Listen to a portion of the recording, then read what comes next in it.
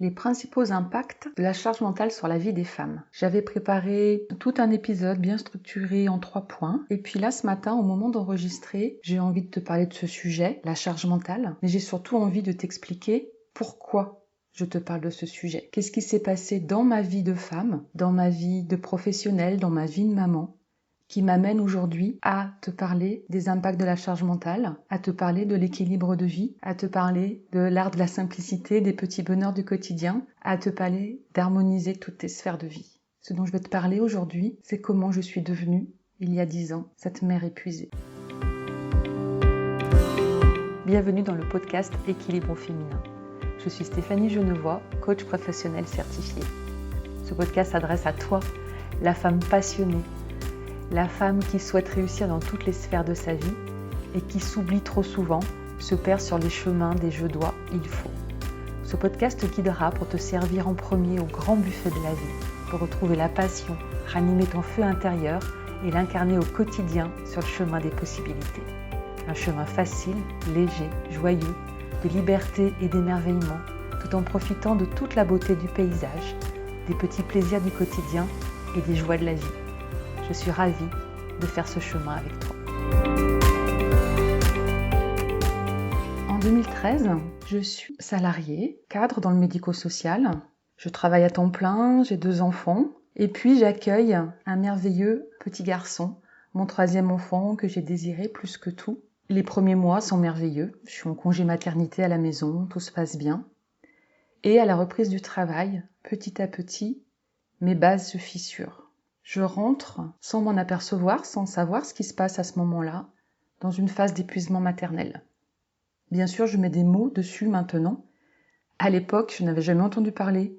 Je ne savais pas ce qui se passait, sauf que je ne me reconnaissais plus. 6 mois après ma reprise du travail, je craque. Je m'effondre littéralement.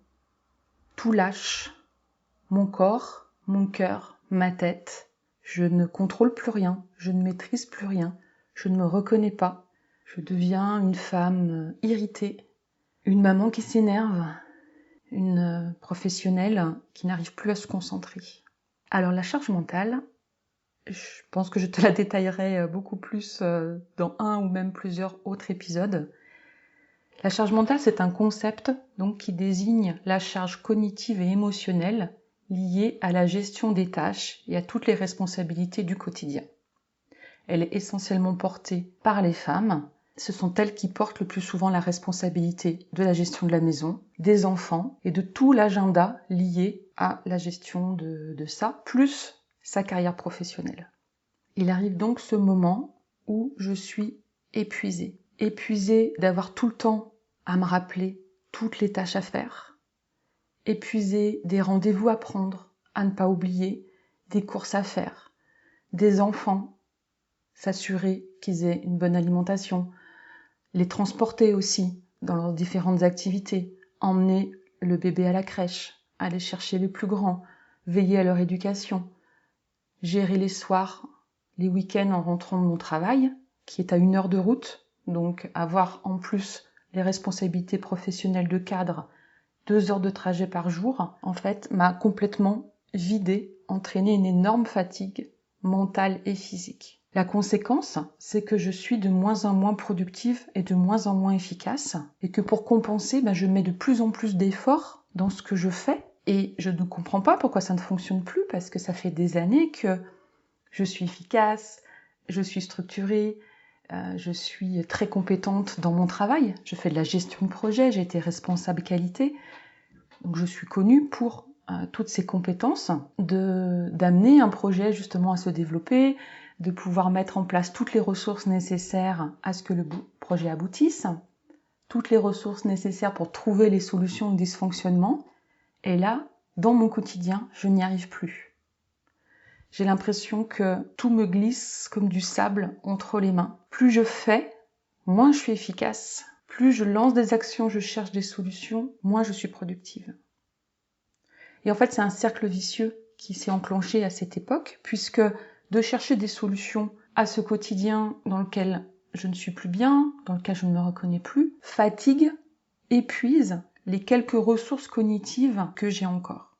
Donc en fait, l'épuisement m'entraîne à m'épuiser encore plus. L'impact également direct, c'est sur ma santé. Tout ce stress lié à la gestion des tâches, aux responsabilités, à avoir envie que tout se passe bien le mieux possible pour mes enfants, pour ma famille, entraîne des problèmes de sommeil.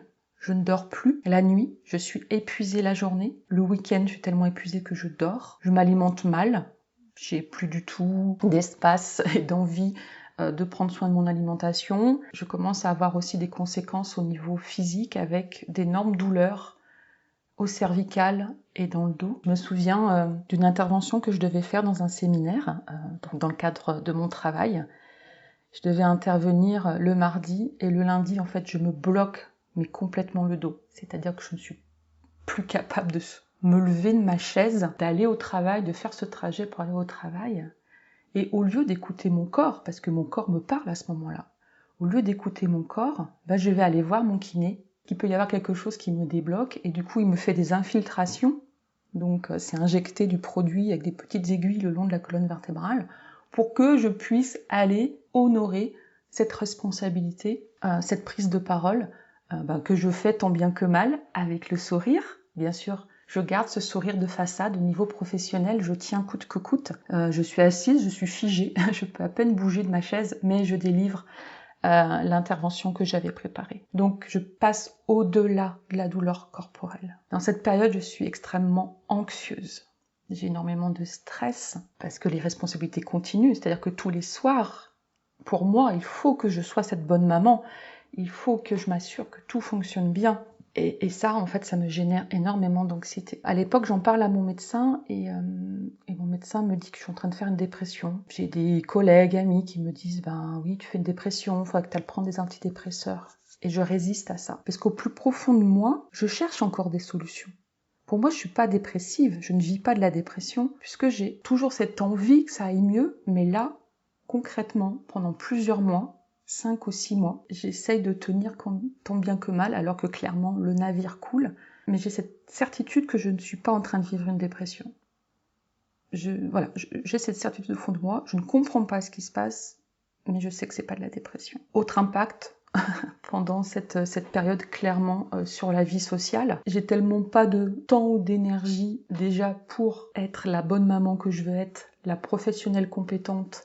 J'ai absolument pas d'énergie pour voir mes amis, avoir des activités de loisirs, je fais plus du tout de sport. Je me lève, je fais ce qu'il y a à faire, la vaisselle, les repas, le linge. Je prends la voiture, je pose mon fils à la crèche, je fais le trajet jusqu'à mon bureau, je travaille, je reviens, je fais le trajet, les bouchons, je prépare le repas, je regarde les devoirs, je fais prendre les douches, je vérifie qu'ils ont des affaires propres, et je m'effondre. Et je ne dors pas, je cogite toute la nuit, je me demande ce qui se passe. C'est en tout cas comme ça que c'est manifesté pour moi la charge mentale. Je dis pas que c'est ce que tu vis ou c'est ce que tu vas vivre, mais en tout cas, ces 3 impacts, pour moi, je les ai vraiment vécus dans cette période-là. Donc les 3 principaux impacts que j'ai vécus, ça a été la fatigue mentale et physique, des conséquences sur ma santé, problèmes de sommeil, douleurs corporelles, anxiété et impact sur la vie sociale. Je me sens isolée aussi et je n'ai plus de relations importantes.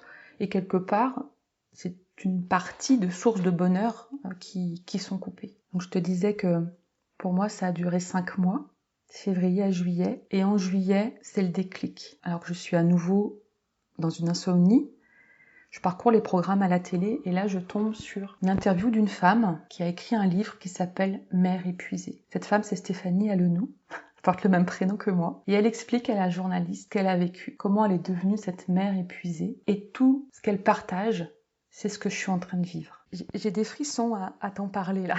J'ai des frissons qui me montent dans les jambes. Tout ce qu'elle explique, tout ce qu'elle vit, ses réactions, c'est ce que je vis depuis 5 mois. Et elle pose ce mot « épuisement maternel ». Et à partir de ce moment, je sais que je vais pouvoir m'en sortir. Je sais, j'ai la confirmation que non, c'était pas une dépression. Épuisement maternel. Je n'avais jamais entendu parler. Et à partir de là, petit à petit, je peux chercher des solutions. Je peux aller explorer. J'ai des mots maintenant. Épuisement maternel, charge mentale. Et là, je découvre un monde insoupçonné. Je découvre des centaines, des milliers de femmes qui vivent la même chose, qui sont complètement isolées, chacune dans leur foyer, alors qu'en fait, c'est partagé par énormément de femmes. Et maintenant, depuis 10 ans que je travaille sur ce sujet, que je travaille sur les conséquences négatives de la charge mentale sur la vie des femmes, que j'étudie, j'explore les solutions possibles. Parce que pour moi, aujourd'hui, être une femme moderne, c'est avoir toutes les possibilités ouvertes devant soi, c'est réussir dans tous les domaines de sa vie et voir que sa vie peut être complètement chamboulée, le mot est même pas très fort là, déstabilisée, déstructurée complètement, parce qu'il y a ce domaine environnement de vie, ce foyer qui devrait nous soutenir, qui est la source majoritaire de stress. Pour moi, c'est pas possible. Donc c'est vraiment ce qui me tient à cœur aujourd'hui, de tout ce que j'ai expérimenté, de tout ce que j'ai essayé, de tout ce qui a fonctionné pour moi, de vous le partager aujourd'hui, pour vous aider à votre tour à réduire votre charge mentale, pour vous guider à votre tour vers une vie plus équilibrée et plus heureuse. Ça sera mon partage du jour. Ça me ferait très plaisir de lire en commentaire ce que ce partage évoque pour toi, qu'est-ce que ce terme de charge mentale fait résonner pour toi, et si tu veux m'écrire en privé aussi sur ce que tu vis aujourd'hui, ça sera un grand privilège pour moi. Et je t'écouterai avec beaucoup de bienveillance et sans jugement, parce que je sais ce que c'est. Si tu penses que ce podcast peut servir à une amie, à une collègue, à une femme proche de toi que tu sens proche de la rupture, comme ça, je t'invite à lui partager l'épisode, à mettre 5 étoiles aussi sur ton application de podcast préférée, pour soutenir ce podcast, le faire connaître, à ton tour, permettre à d'autres femmes d'accéder à une vie plus équilibrée et plus heureuse. Je te souhaite une belle journée et je te dis à très bientôt.